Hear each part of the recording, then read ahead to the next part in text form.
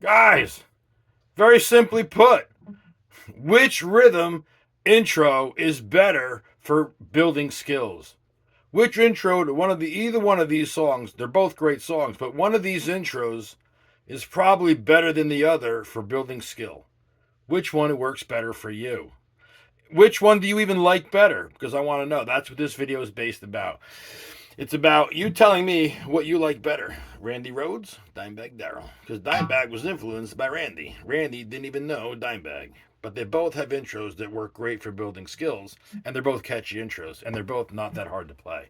Now, there's like a billion videos on how to play each one of these, so I'm not really going to go through that again. I'll show you the spots, but I'm not going to go over the tabs because there's a gazillion guys out there who already have the tabs out there, and I'm sure you guys already know those. Anyway, you probably know these rhythms, these intros, and if you don't, like I said, pick one of 1,000 videos out there because everybody else is covering it.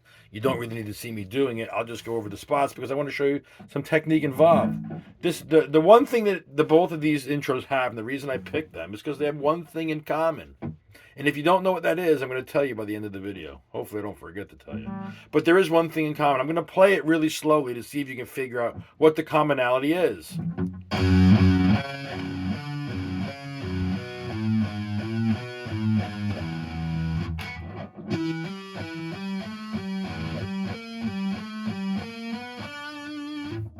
Now, you saw me do it slowly. Can you see what is the same in both of these videos? There is something exactly the same. Not the notes. Something going on in the video. I just gave you a hint. Something going on in the video is the same in both videos. And if you understand what it is, comment below. Because every time you comment, even if you're right, even if you're wrong, even if you're not right, even if you're not wrong, I'm going to comment back. Or I'm going to leave you a little star or whatever they got on there. But the point is, I want to know if you understand. So it's going to be those first few guys that blast comments out. I already know who you guys are. You're going to tell me, you're going to probably comment whatever you want to say, which one is better, which one does this or that. But what's the thing they got going on the same? And I want to know for you personally, which one works better as an intro piece. Because both of these can make you play a better guitar, just helping your hands synchronize. Because if you just sat around going like this, you don't get the same skills that going like this that brings in. Okay, so there's something there about that that's going to make you play better guitar. Just like over here going, something over in this riff is the same as something in this riff, and I want you to tell me what it is. The first guy that tells me the right answer, I'm going to heart your answer. I'm going to give you a heart symbol because I'm going to tell you that I love your answer. So that is basically all this video is to tell me which one of those rhythms is better for working out, building skills, and which one worked better for you. Did you do either one or both, or do you not even like either one of these? Do you like one, not the other? You older guys are going to like this one.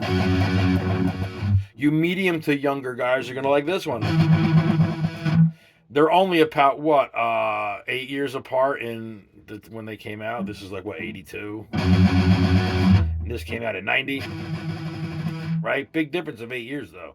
A lot going on there. Now, Darrell's guitar is only tuned down a quarter step from standard. Randy's in standard, so that is why I put that on this guitar. I started this video on my Green Beast, but then I realized I'm probably not getting a lot of viewership from you guys because I'm tuning down, and all you standard guys who play in standard tuning don't like that.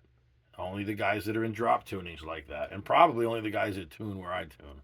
So we're going to put it in standard tuning, and that's why it's here, so that you can at least play along with it, or at least understand that it's in the same tuning as your guitar, so when you play it, it sounds similar.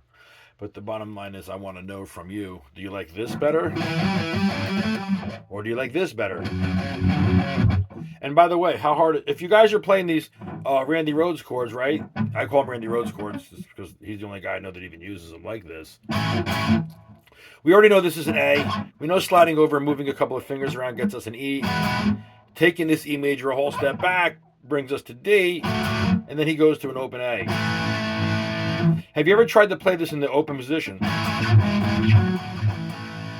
A, E, D, A would sound like this. Oh, it wouldn't sound like that. It would sound like this. Right? A, E.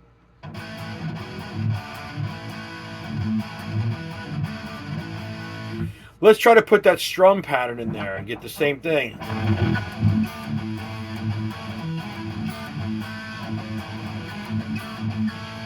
It doesn't quite fit.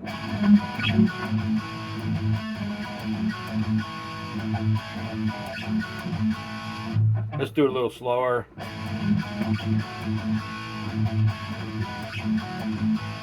Let's revisit it down here.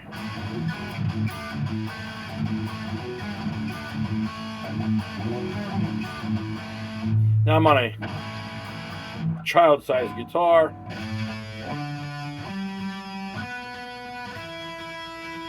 It's pretty much in tune, but we can tell the intonation is out a little bit because when I press these strings, if you can't tell, I can tell these chords sound a little bit out of tune, which means since the guitar is perfectly tuned, the intonation is probably out. I did change the string size, so it did change the intonation. So if you're not understanding that, I changed the size of the string, which changed the length of the string, which changed the intonation. So now when I hit chords, some of them sound out of tune.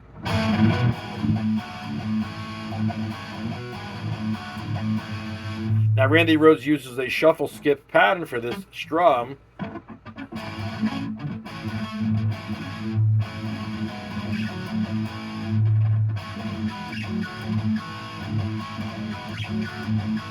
There's a lot of palm muting going on in this riff.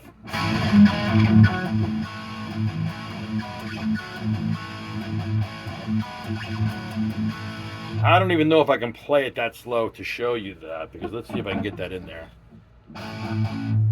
I'll do it all as downstrokes to show you.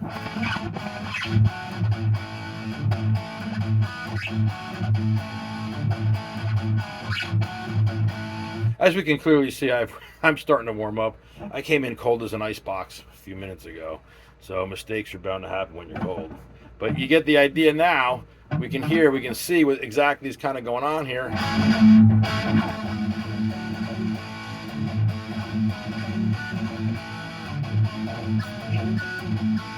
It's all in that rhythm.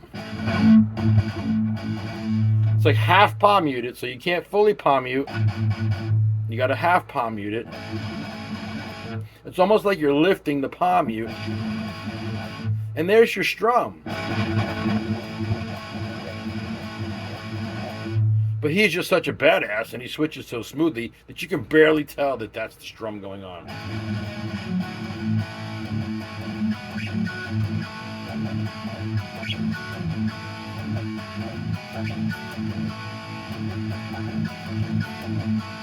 Now you just put a couple down pumps in, it sounds like that.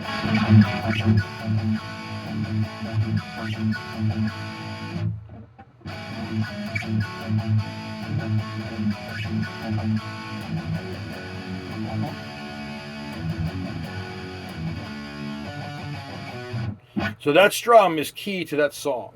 Anything close will work. If you're not playing it live, it really isn't going to matter. But you can just simply use a simple strum and practice these chord switches.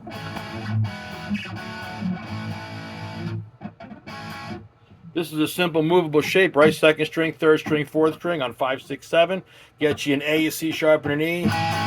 Now you're thinking to yourselves, boy, his other videos are really important, because now that you've learned something from my other videos about how to find your notes on the guitar, you could easily find that this is an A, C sharp, and an E.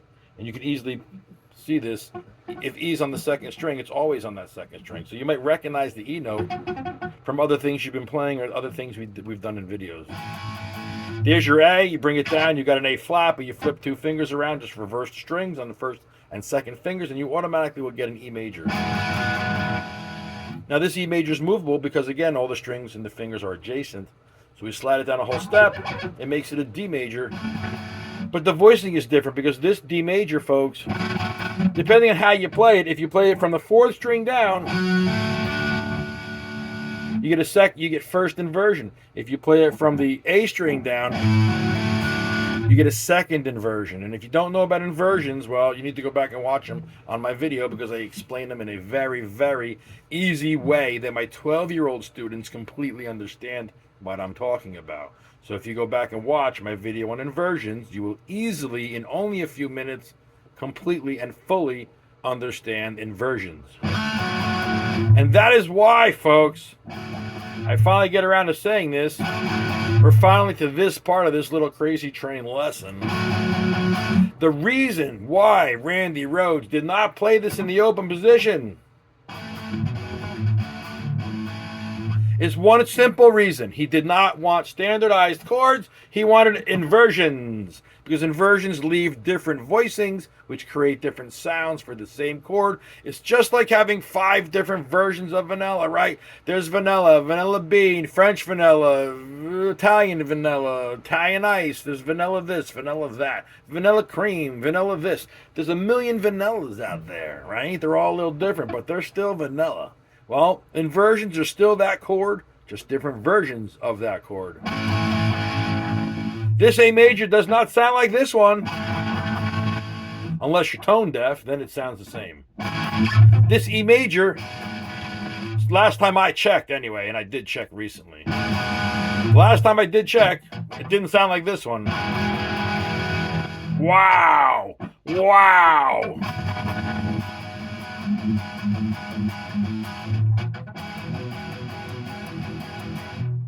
Not the same, folks. It's like Diet Coke and regular Coke, right? Not the same. Still got the Coke word on the bottle, but not the same. And that is why Randy Rhodes chose this D instead of this D. Could you imagine this being on the recording for Crazy Train? Come on. Randy would have tossed this song. Ozzy would have tossed it in the trash. Another reason, a secondary reason why he chose those chords is because they descend down the neck. So musically speaking, folks, this is important. You cannot descend open chords. You cannot drop the pitches of these chords. You can only switch the chords. These pitches are already at their lowest point on the guitar because if you go any farther, you get off the guitar. There is no pitch. However, when you are up here, you are scaling down from these pitches to these pitches to these pitches to these pitches. You are walking down the pitches. And that is a second reason why he did that. Now, we can't ask him because he's not here. But let's use musical sense, musical education, and musical knowledge, and then let's factor in what he knew. Or the easier thing to say is, what didn't he know? Because pretty much Randy Rhodes knew about everything there is to know about a guitar. And now we all chase that same ideology of trying to know everything we can about guitar. And even though we may all know everything about it, we may physically learn all the theoretical things, he was able to apply them in creative ways that he just seemed to never run out of creativity. And that was what made that song so great, because he chose to use descending movable shapes, which, in all honesty, I mean, I could be wrong, but, music was fairly young in 1980. I mean, really, the guitar mainstream was 25 years old at best, right? 65 to 80, right? 65 to 70, 15 years, I can't even add. So let's say 15 years of really good guitar from 1965 to 1980 when he wrote that tune, right? He died in 82. So I think he wrote that in 80, right? They were making the new record, something like that, 80. So the bottom line is he had 15 years of prior, maybe if you want to go back 20 years, he had a prior guitar influence. Now, I don't really believe, and again, I could be wrong, but I don't know of any songs that descend in chord sections the way he did that. So he was very creative at the time when he came out. So he gets credit for being great. But part of that greatness could be because the guitar was young and not a lot of people came out with the ideas that he came out with. Maybe somebody else would have come out with those ideas if he didn't. But the bottom line is he came out with them first, so he gets credited as being that guy. Now, that's a huge reason why he used movable shapes, because these shapes go down in pitch. Now we look at this E, this A, and another A. They're not the same.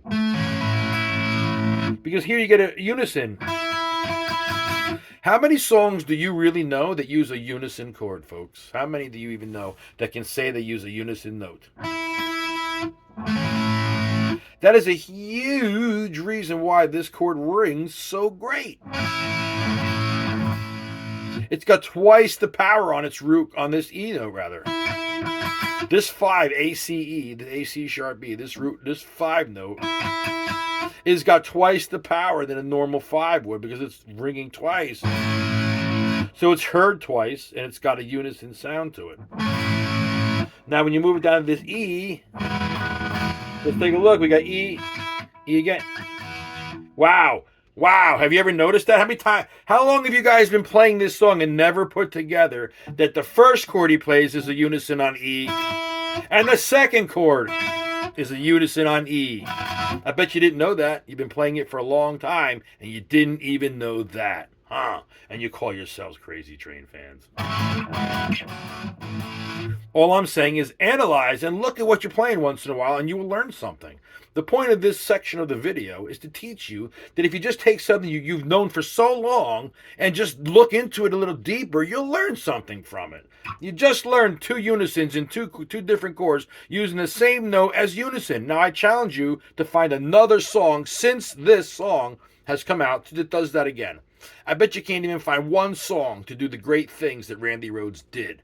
Which means, to this day, nobody is writing as great as Randy Rhodes. They're not using the level of creativity he used because I don't know any other songs that use 2 of the same unison note in 2 different chords back to back. I don't know of one. This is why this is such a great song. It's why it's played in football stadiums and baseball stadiums, and it is why people who aren't even Ozzy Osbourne fans love the song.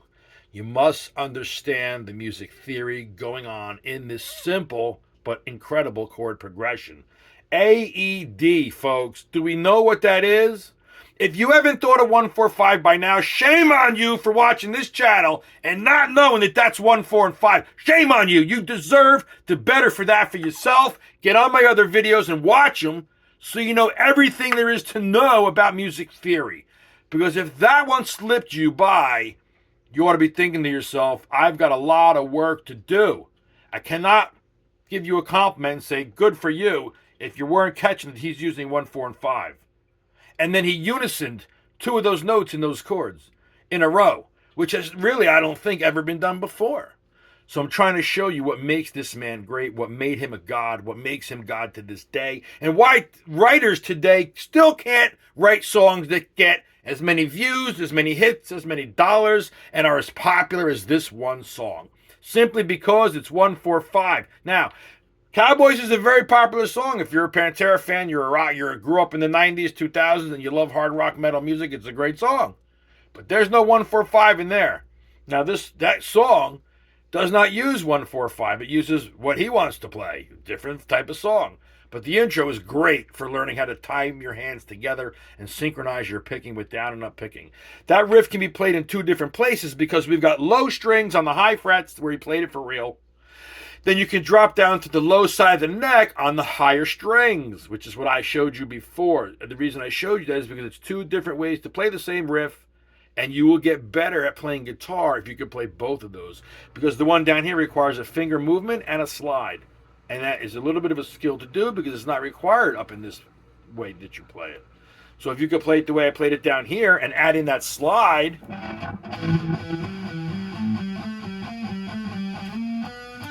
and then get back to realigning, that is a great, that is a great spot to play to play this part. Because the skill involved to play it here, folks, is a completely different skill than you need to play it here. And if you can play it here, it does not mean you can play it here. And vice versa. If you can play it here, it certainly does not mean you are going to play it here. Up here, there's a different skill needed between the E and the A strings, and you will see it when you go to flip your pinky around. Now, for you guys who have a slow pinky, well, then this area up here is going to be challenging for you because this requires a very, very fast pinky if you're going to play it perfect to time.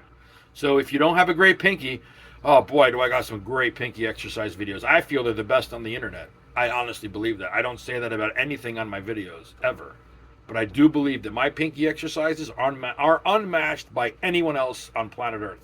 I feel I can take the reins and say I have the best pinky exercises going because I can get your pinky to play 250 beats a minute with 16th notes, and that's all you ever would need to do in life on guitar. You never need to go faster than 250 at 16th notes for anything you're going to do. That is like the most maximum amount of skill you can have. So if my exercises can bring people to playing 250 at 16th notes, that's 1,000 notes in 60 seconds. That's 1,000 notes a minute. That's 36,000 notes an hour if you sat there and did it for an hour.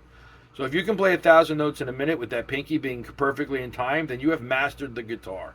You have mastered that pinky skill, and you don't need to work it ever again.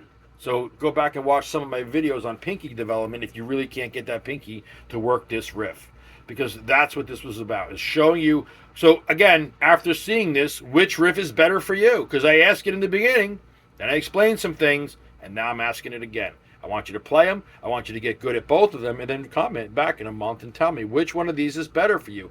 Viewers want to know, because if they're starting out and you're starting out and you leave a comment saying, hey, I've been playing guitar for X amount of time and I found that this was the easier riff to learn, I think people want to know that. They're looking for your comments because they're in the same boat as you. They're not in my boat. So they want to also know from the viewers, what is working for you guys? What's best? What works for majority of you guys? Do majority of you guys have an opinion about one being better than the other? Because when people read your comments, they're going to get a consensus as to which riff is going to be easier for them. So it's not just about me showing these riffs. This particular video requires your comments because people want to know what's most likely going to work for me better. And that's why this video is here, for you to help your own fellow viewers. So which one of these riffs, which one of these intros works better for you?